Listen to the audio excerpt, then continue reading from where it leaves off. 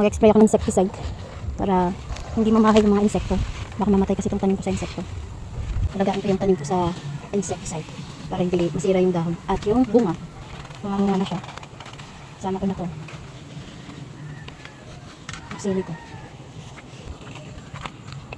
Nabuhay yung tanim kong malunggay. Hiningi ko lang sa kapitbahay. Nabuhay na siya. Ayun. Malaki na rin. Nasasako lang siya. Sinabukan ko lang. Yun, nabuhay. Tarbos ko, nasasako lang din pero parang buhay na ito eh. Mahaba na nga eh. Lagyan din natin. Organic and insecticide yung gamit ko. Kaya hindi delikado to. Kahit mag-harvest ako kung tumamungo to, tapos lagyan ko ng insecticide, okay lang na harvestin ko tapos kainin na naman. Kasi organic insecticide to. Gawa lang ko sa sili, asuka.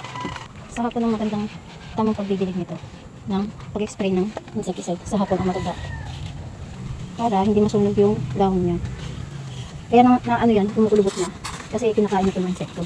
Kaya inaagapan ko lang. Pag nagtanim ka talaga, kasama yun, kakaroon talaga ng ano, malinira yung mga insect. Kasi pagkain din nila yun eh.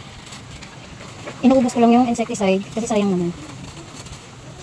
Mga ilang araw na naman nakakapag-spray nito. Inuubos ko na. Sa 200 ml na tubig. Okay na yan. Yun lang. Bye!